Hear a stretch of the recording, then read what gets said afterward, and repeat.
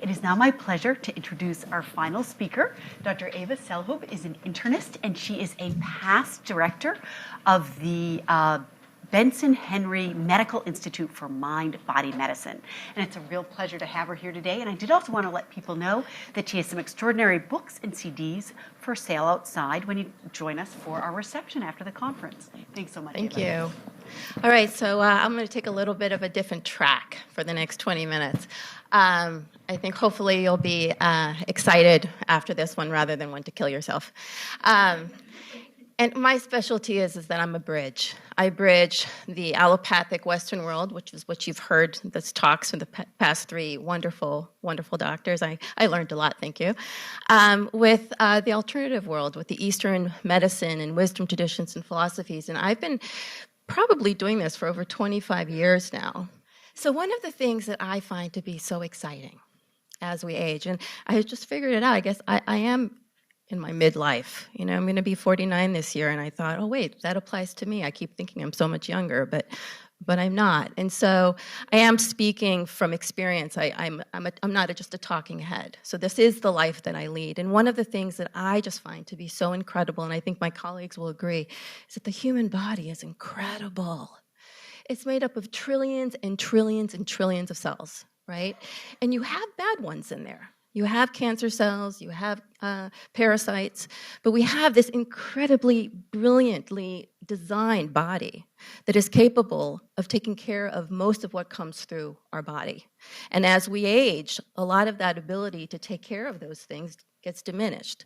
But it gets diminished for many, many different reasons. But the take-home message here is it's never too late. It's never too late to change, and that's the part that I find so exciting. You could be 5 years old, you could be 95 years old, and my patients change. I've changed. I'm in the best shape of my life, okay? It doesn't matter. I mean, you're not your DNA. You're not your parents. You're not your age. You are a living, breathing system that lives within a living, breathing system, which means you have the capacity to change. But the big but is, do you choose to change?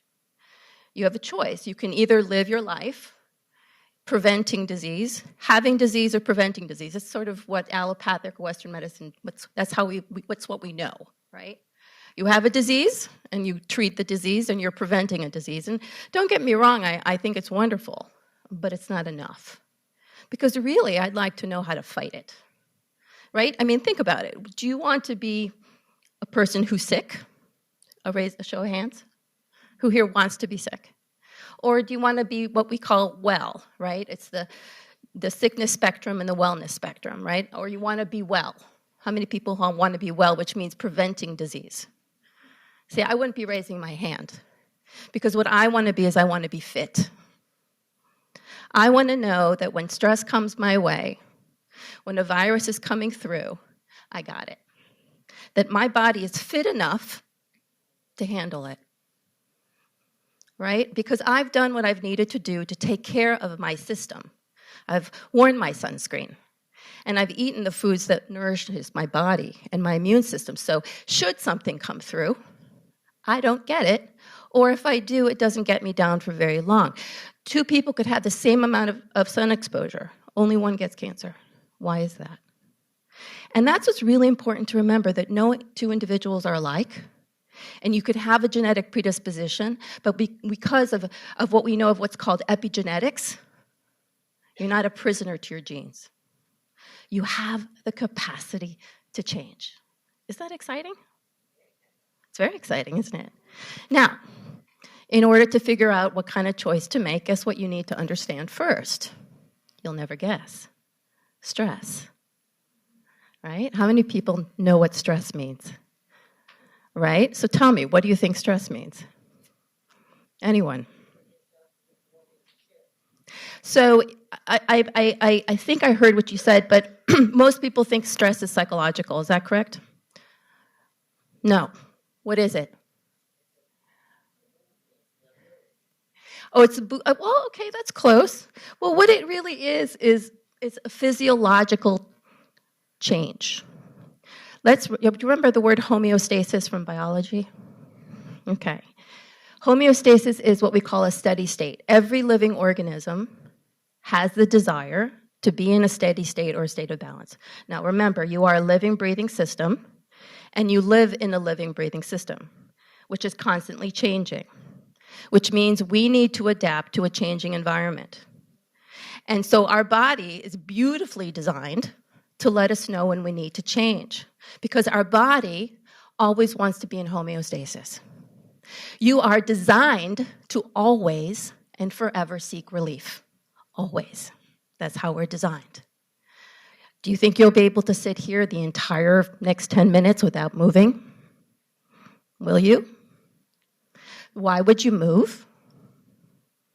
Because you get uncomfortable. How did you know that you're uncomfortable? What happened? Your body is brilliantly designed to send you messengers to your brain to let you know that it's time to move, and so you move. That's called stress. The discomfort is called stress. Anytime the system is out of balance, it's called stress. That's all it is. It's not bad. In fact, you'd be dead without it. All right? Your body has an incredible capacity to change on its own. If the temperature changes, the blood vessels will get smaller or bigger, right? So that your body temperature can get regulated and match the outside temperature. It does it all by itself without you having to do anything. But for the most part, you've got to do something. So what happens is your body picks up that there's a problem. It then alerts your mind by giving you a symptom. It's called feelings. It's brilliant. And those feelings can be physical, psychological, emotional, what have you. It's just uncomfortable, which is then going to motivate an action that's going to solve the problem so that you can get back into balance again, relief. Right? Stress, you're uncomfortable. You shift positions, you're comfortable again. Homeostasis. The ability to achieve stability through change is a term called allostasis. The ability to achieve stability through change, that's how we exist. Now, what if you can't find a comfortable position? Now you're really, well, that's exactly it. So stress is exponential. It's funny, but it's true. That's your life. Okay, that's your life. Because what happens is your body's whispering. And it's saying, I'm tired. I'm tired. And what do?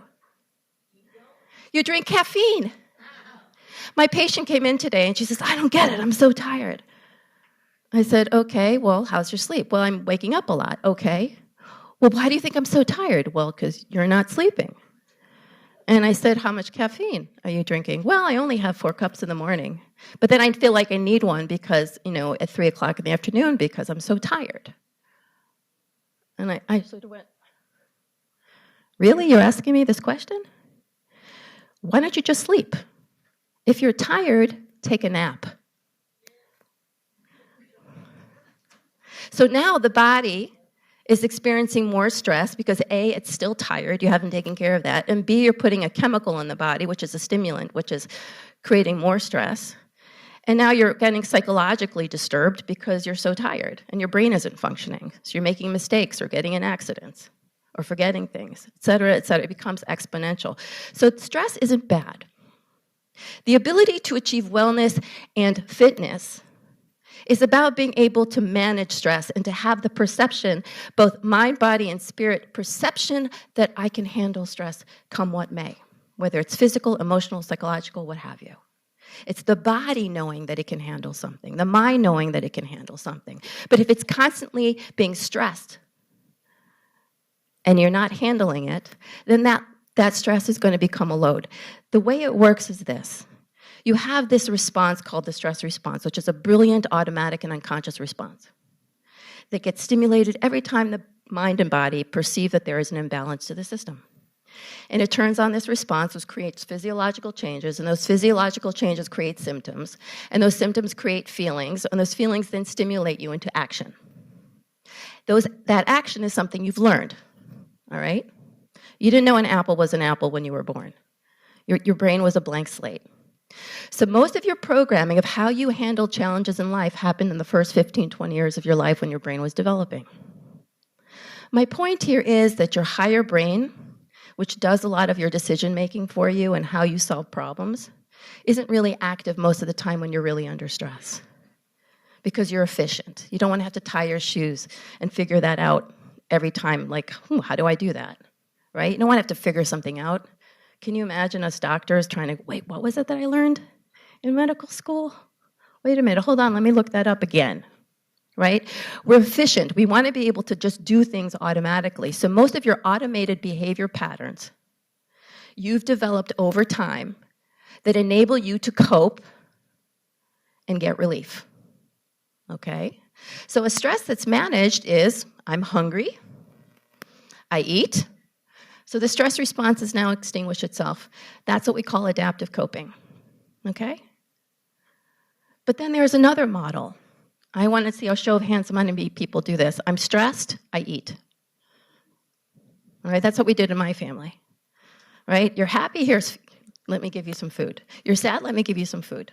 You're angry, let me give you some food. Okay, that is coping for certain because it's soothing my nerves, but it's not taking care of why I'm nervous to begin with. So it's maladaptive coping because it's a coping mechanism that's not conducive for the health of my body. Now remember, the body is highly resilient, but it's resilient if you support it to be so. It can do its job. It's like your security system, right? If you give them like bonuses and you give them like food, you let them sleep, let them go on vacation every now and then, they'll do their job really well.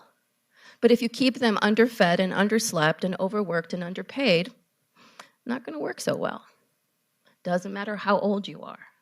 So that's really important to remember, that the stress response and stress are there to enable your life and to enable you to handle things in life. You're always going to have something happen in life. There's always going to be sun exposure. There's always going to be some type of stress. There's always going to be some type of genetic predisposition. What are you going to do about it?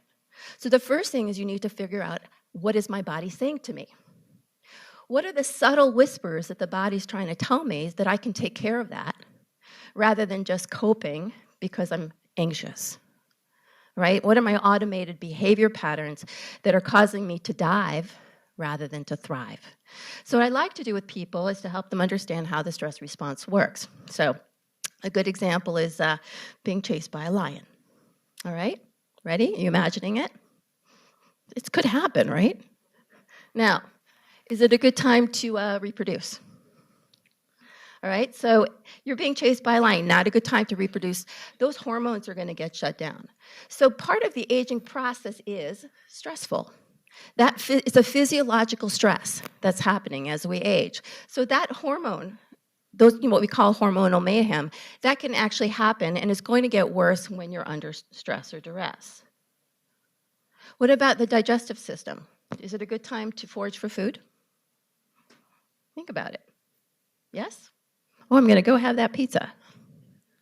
Not a good time. So the digestive system is also shut down during the stress response. The blood flow to the gut is decreased because of blood vessel constriction. There'll be some slowing down often of the colon, or what we call peristalsis, and sometimes esophageal contractions and loosening of the esophageal sphincter. So some people just experience that, what we call IBS, from increased stress. That might often be the only cause. Usually it's multifactorial, but some people may be able to relate to that.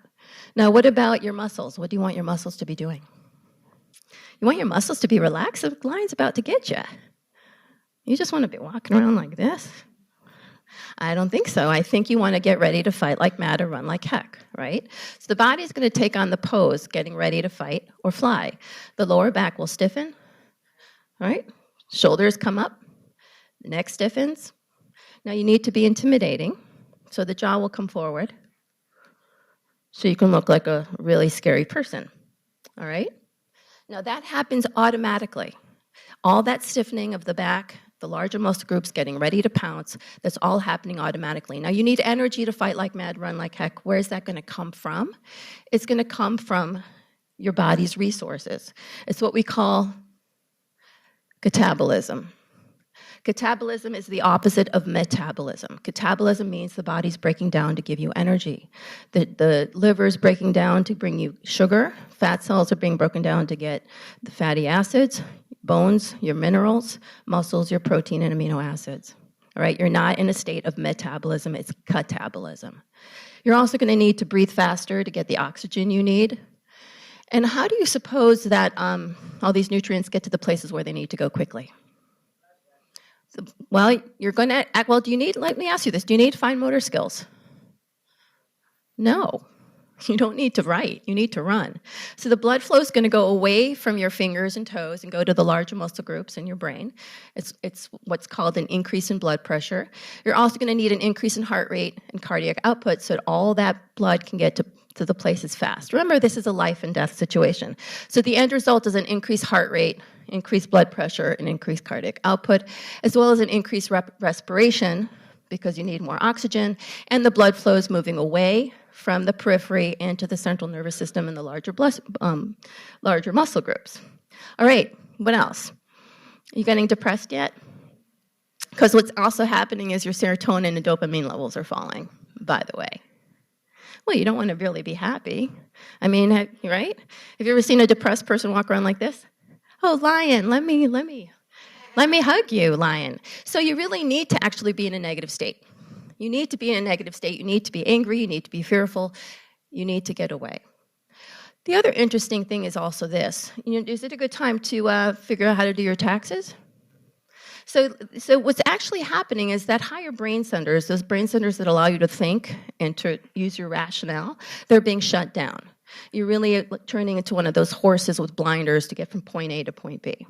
Now, I know this sounds drastic, and this is the description of, more of the fight or flight response, but it's really important to understand that this is the physiology. And another big aspect of this is thinking about what's happening to the immune system. So if you're being chased by a lion, and you get wounded, do you want that wound to bleed or to hemorrhage or to get infected? No. So what's happening is the immune system is getting ready. So white blood cells are marginating and they're waiting for a signal. Do I need to start an allergic reaction? Do I need to start fighting an infection? And the red blood cells are waiting to clot. All right? It's not a good thing to hemorrhage, so I'm going to get ready to clot if that's the case. In other words, there's heightened inflammation during the stress response, which is very important. That's a really key piece here. But more important is to understand that this isn't a bad thing. This stress response is necessary. You'd be dead without it. It's what allows you to get out of bed in the morning. It's what allows you to do anything in life. You'd be inert and dead without it. The problem isn't the stress or the stress response so much. It's the inability to turn it off. This entire system is turned off once the stress is taken care of. If you look at the graph of adaptive coping, you can see here that we have a stress and the stress response activity is increased. The stress is taken care of and that activity is decreased, and we come back down to level. This would be the ultimate model that we'd like to keep, which would allow us to age gracefully. I don't know anybody that lives here. Maybe the Dalai Lama. Maybe. Most of us live here. Why do you think that is? And imagine that if you're up here, that means the stress load, as you said, the exponential stress load is really putting a strain on that system. That physiology you just learned about becomes a load, and we start getting all those problems, those physical and psychological problems. Add that load, becomes bigger than what we can handle. But why did we get here? Why is that? Well, part of it is a genetic predisposition that creates the load to begin with. But the rest is everything else. I mean, how many people here go to bed without worries? Not even one. So worry, is that a manageable stress or an unmanageable stress? Well, worry is a manageable stress? I don't think so. I think that's why we call it a worry. Because if it wasn't a worry, then we wouldn't be worried about it. Well, the point is your brain doesn't distinguish between physical, psychological, or emotional threats. A threat is a threat to your brain. That's the bottom line. So if you're going to bed worrying, your mind is perceiving that you're being chased by a lion, so you're not going to get a deep sleep. You're not going to sleep well, okay? And in addition to that, you have life stress. That's the way it is. But how am I interpreting that stress? How am I being triggered psychologically about that stress? How am I perceiving myself? Every given thing that is happening is alerting your mind-body system to whether or not you feel enough or that you have enough for any given situation to maintain your allostasis, your homeostasis. Your brain is thinking about that stuff all the time. On a physical level, on a physiological level, emotional level, spiritual level, what have you, energetic level, constant. So every time you worry or every time you get upset, that stress response is going up. And if you perseverate about it, your brain is just thinking the lion keeps chasing you. If you have a physical issue, that's also the chronic stress that adds to that. So which means by the end of the day, and you wonder, why do I have a headache? And why does my stomach bother me? And et cetera, not to mention the coping mechanisms you've likely used because of the stress, like eating a whole pint of Ben & Jerry's, or smoking, or saying, I don't feel like exercising today. I'm just going to watch TV, or being sedentary. So as our coping models decrease or become less adaptive, and as our stress increases in all its forms, we get to this allostatic load that then allows the system to break down before it needs to. Okay?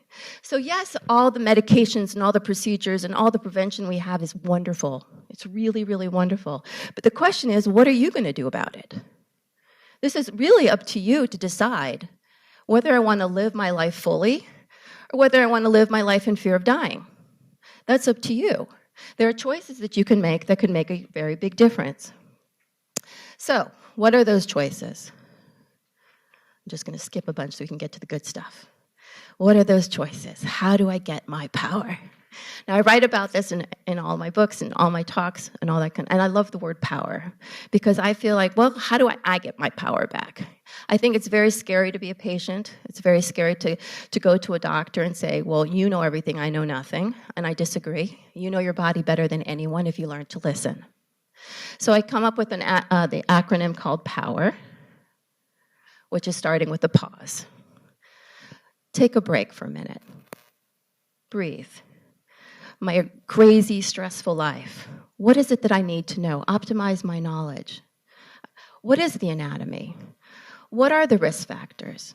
What are the questions I want to be asking my doctor, my friends, other people that might be experts, maybe wisdom traditions? What is it that I need to know? How do I need to pay attention to my body, what I call witness physiology? How is my body speaking to me? When is it telling me that I'm in stress, and in what kind of stress? What can I do for myself? What kind of food helps me feel my best? So I want you to start thinking about fuel. Everything is fuel. What fuels me to be at my best? What fuels my power? Right? What takes my power away? What fuels my power? People fuel your power. Food fuels your power. Your sleep fuels your power. Okay? So you start thinking about that and how your body's speaking to you and what are the emotions or beliefs that are underlying this experience that are causing me to feel stress, and then how do I relieve it? How do I release it, and how do I restore that balance back into my life? And so this is really where mind-body medicine comes in. It's about giving you that power back. And I love this slide. I think Leslie probably remembers this slide. But so when you look at this slide, what does it make you feel? Stressed, right? So you could say, well, it could be an opportunity to pause and optimize my awareness and my knowledge, what's really going on here. Oh, look, the Rolling Stones are performing.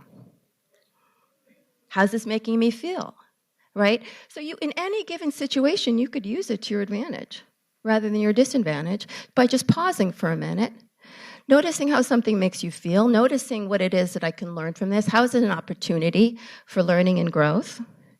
An opportunity to breathe. Most people don't breathe.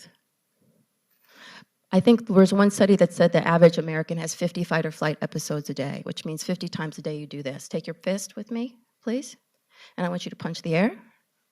What'd you do with your breath? You held it, which is what mostly happens when you're under stress. 50 times a day on average, that you're cutting oxygen supply to your brain. No wonder we're so dumb sometimes. All right? So there are things that we can do that can start reversing that stress response. This is about getting that stress response regulated, getting the system back into balance. One of the easiest things to do, the tools that you have with you that a doctor can't give you, is your ability to breathe. So I like to do the in 3, out 5 breath, because allowing the exhalation to be longer is actually stimulating your brain to actually slow down. So why don't you just do this with me? I just want you to even just close your eyes for a minute and just pay attention to your own breathing right now. Just pay attention to how your body feels. Notice how your body feels resting on the chair, perhaps how your shoulders feel, and particularly your chest. Whether it feels open or closed, relaxed or tight, heavy or light. And now I want you to just count to 3 as you breathe in. 1, 2, 3. And then count to 5 as you breathe out. 1, 2, 3, 4, 5. Counting to 3 as you breathe in. Counting to 5 as you breathe out. You can imagine that you're letting go of all your thoughts and all your stress as you breathe out. You could imagine it's floating into the sky, down a river, or into the earth every time you exhale.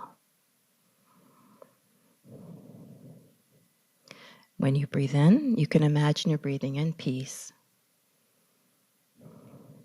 or breathing in the breath of life. Breathing in 3, breathing out 5.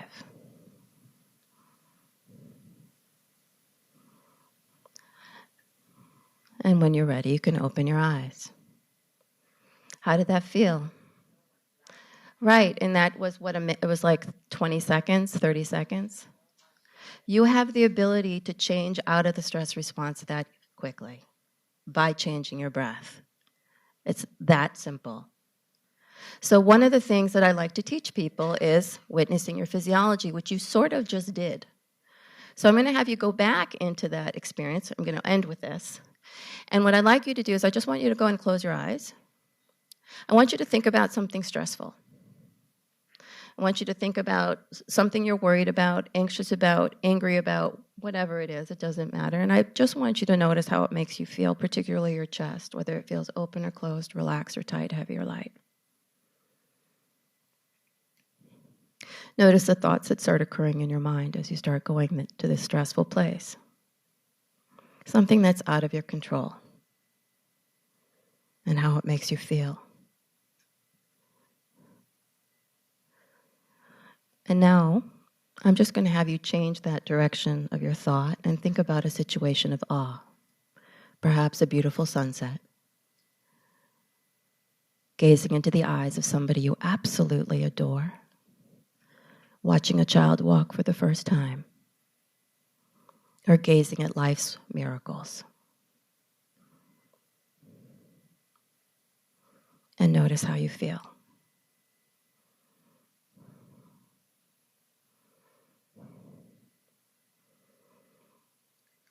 Now notice if you want to bring yourself back into that stressful thought. And notice how you feel. And when you're ready, open your eyes.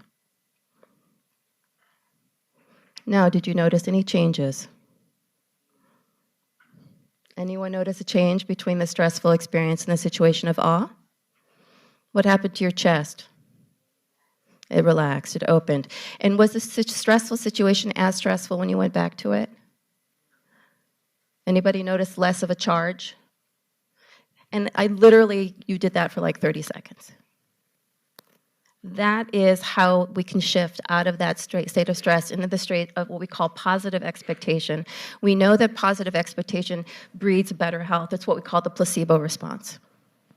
All right, medical people study the placebo response because they want to see whether a drug or procedure works. I like the placebo response because it tells me how powerful the mind and body are in creating a healing state. That's what positive expectation can do, but you can't get there when the body is emotionally stressed.